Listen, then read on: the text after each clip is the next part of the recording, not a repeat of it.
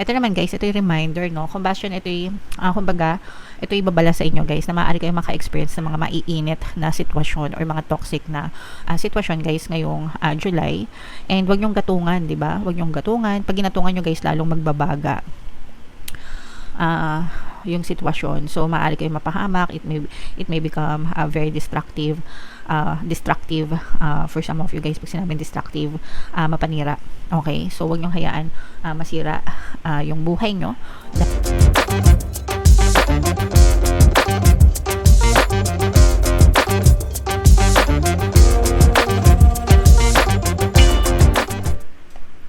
Hello guys, hello Pisces, welcome back to Pinay Pixie Tarot. Ang pamagat ng episode natin for tonight is OOTM, Oracle of the Month, para ngayong July mga kapixie, para sa Pisces, Sun, Moon, Rising Sign, and Venus. So meron tayong tatlong set ng decks guys. Ito yung para sa spiritual message nyo, ito yung para sa love messages or sa life messages, and ito naman yung para sa love life mga kapixie ko. Ano na lang yung makaresonate guys, take that message, kasi hindi lahat ng mensahe ay magre-resonate sa inyo. Unahin natin tong spiritual message guys. So we have attract mga kapixie. Basahin natin, close up natin para makita nyo guys. Anticipate the arrival in your life of the healthy, loving, and joyful relationships that you want by feeling and reacting as though you already have them. Become a magnet for love by being full of love yourself. So ito mga kapixie, no, this is love and relationships na mensahe mga kapixie, no, but this is a reminder from the spirits guides guys na kung gusto nating ma-attract yung tamang mga relationship sa buhay natin, hindi lang actually guys sa romantic relationship, no, but even if magandang relationship or harmonious relationship sa ibang tao mga kapixie, we must be abundant of love ourselves, magnetic of love ourselves mga kapixie, no? So dapat binibigay natin sa sarili natin yung tamang pagmamahal na deserve natin sa buhay mga kapixie. Okay, so you should love yourself guys, and prioritize yourself, love yourself, respect yourself, and kung ano yung pagmamahal na binibigay mo sa sarili mo, you will become a magnet of love yourself, and ganun din yung itatrato sa'yo ng ibang tao mga kapixie. Okay, so bago natin siya ma-experience sa ating physical reality, kailangan ma-experience muna natin siya sa sarili natin, di ba? Yung pagiging happy on our own, pagiging blooming on our own mga kapixie. Nagiging magnetic of love kayo dyan guys, no? Kung mapapansin nyo guys, di ba? Let's say for example, single ka, di ba? Hindi ka in a relationship, pero blooming ka, inaalagaan mo yung sarili mo, confident ka, you feel secure about yourself. Mapapansin nyo yan, mga nagkakandara pa, yung mga manliligaw niyan, di ba?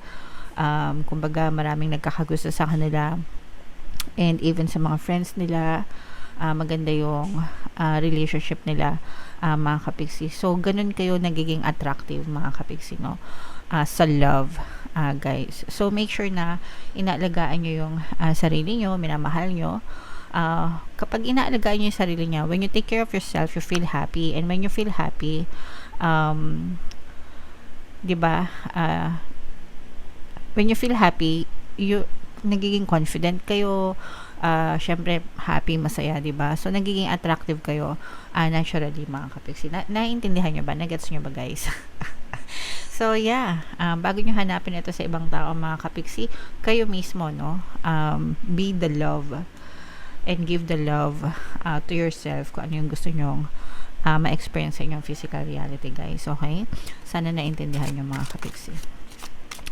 And ito naman yung sa ating life messages. Habang sinashuffle ko to guys, panoorin nyo muna yung video natin regarding sa ating paano mag-manifest ng abundance video course.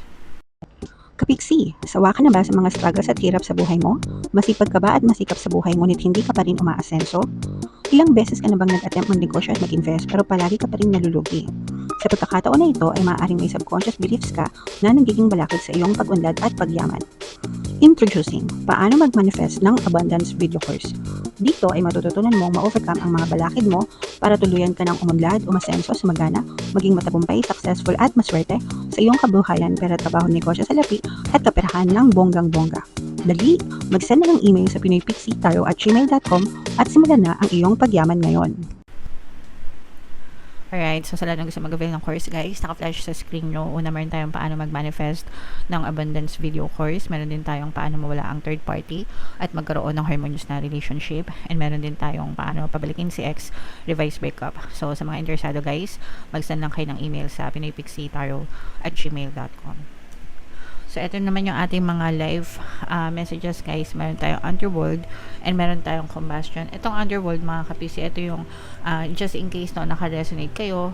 For some of you, ibig sabihin, maaring meron kayong pinagdadaanan ng mga pagsubok, mga challenges, and parang madilim yung inyong kinabukasan. Diba? Parang nasa underworld or parang nasa loob kayo ng tunnel na, diba? Pag nasa loob kayo ng tunnel, wala kayong nakikitang liwanag, madilim, ganyan. So, ganun yung energy guys kapag kayo ay punong-puno ng problema and challenges sa buhay, no? So, wag kayong mag-alala, guys, matatapos din yan, di ba? There's a light at the end of the tunnel, ika nga, no? So, basta tuloy-tuloy lang kayo, guys, mag-persist lang kayo, magpursige kayo, don't stop, don't give up, wag kayong susuko, wag kayong magpapadala sa mga takot, wag kayong magpapadala sa mga bigat ng pagsubok, mga kapiksi. Pwede kayong magpahinga kung gusto nyo, pero wag na wag kayong susuko kasi may kita nyo rin yung liwanag, guys, okay? So, persist lang, mga kapiksi. Ito naman, guys, ito yung reminder, no? Combustion, ito yung, kumbaga, ito yung babala sa inyo, guys, na maaari kayong maka-experience ng mga maiinit na sitwasyon or mga toxic na sitwasyon, guys, ngayong July. And wag nyong gatungan, di ba? Wag nyong gatungan. Pag ginatungan nyo, guys, lalong magbabaga yung sitwasyon. So, maaari kayong mapahamak. It may become very destructive. For some of you guys, pag sinabing destructive, mapanira. Okay? So, wag nyong hayaan masira yung buhay nyo dahil lang sa mga may init na bagay or mga temptasyon, ganyan. Mga bagay na hindi karapat dapat. So, iwasan nyo hanggang may iwasan nyo, mga kapiksi, lalo na yung mga gulo, yung mga away, ganyan. Kasi baka lalo lang kayong mapahamak, guys. Okay? Alright. So, palagiin, ano ba sa Tagalog yun?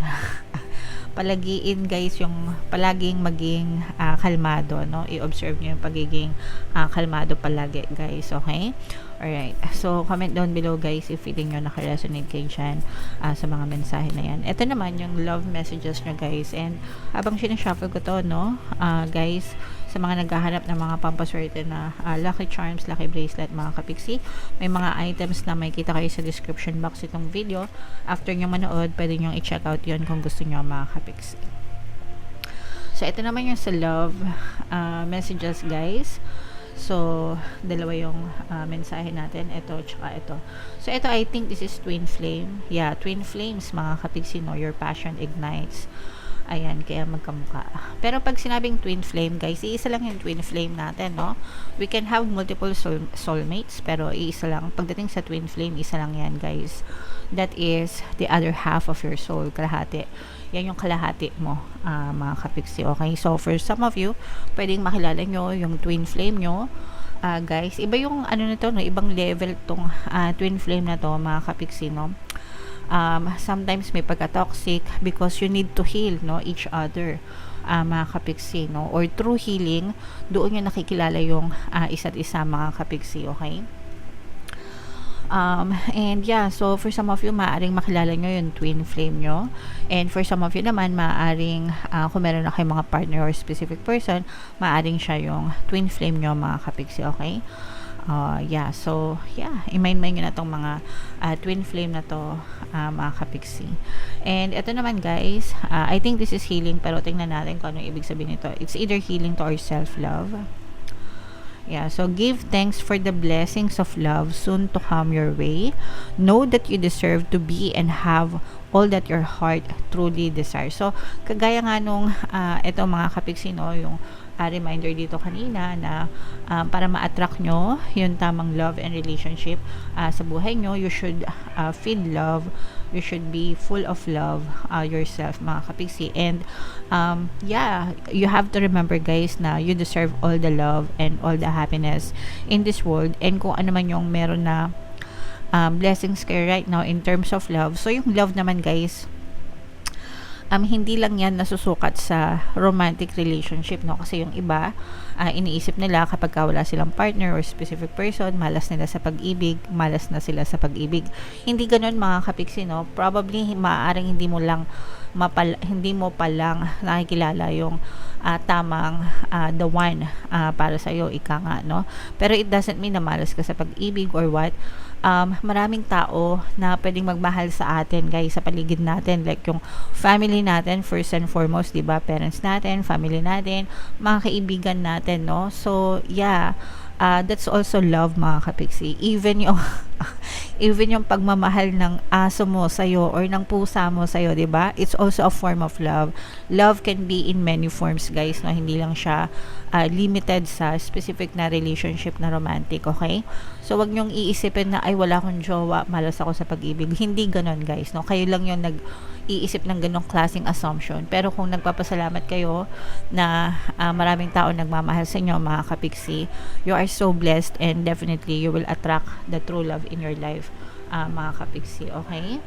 Alright, so this is why self-love is very important mga kapiksi, para talaga ma-attract nyo yung tamang person sa buhay nyo guys. So pwede nyong pakinggan yung ating self-love subliminal at saka yung pampa-attract, no, sa mga single, para ma-attract nyo yung love and relationship para sa inyo. Meron din tayong subliminal dyan guys, okay?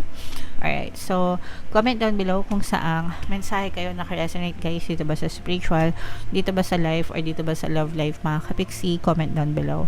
And for more tarot readings guys, ito yung playlist nyo. Ito naman yung ating success stories ng paano mag-manifest ng abundance video course. Thank you for liking, sharing, and subscribing guys.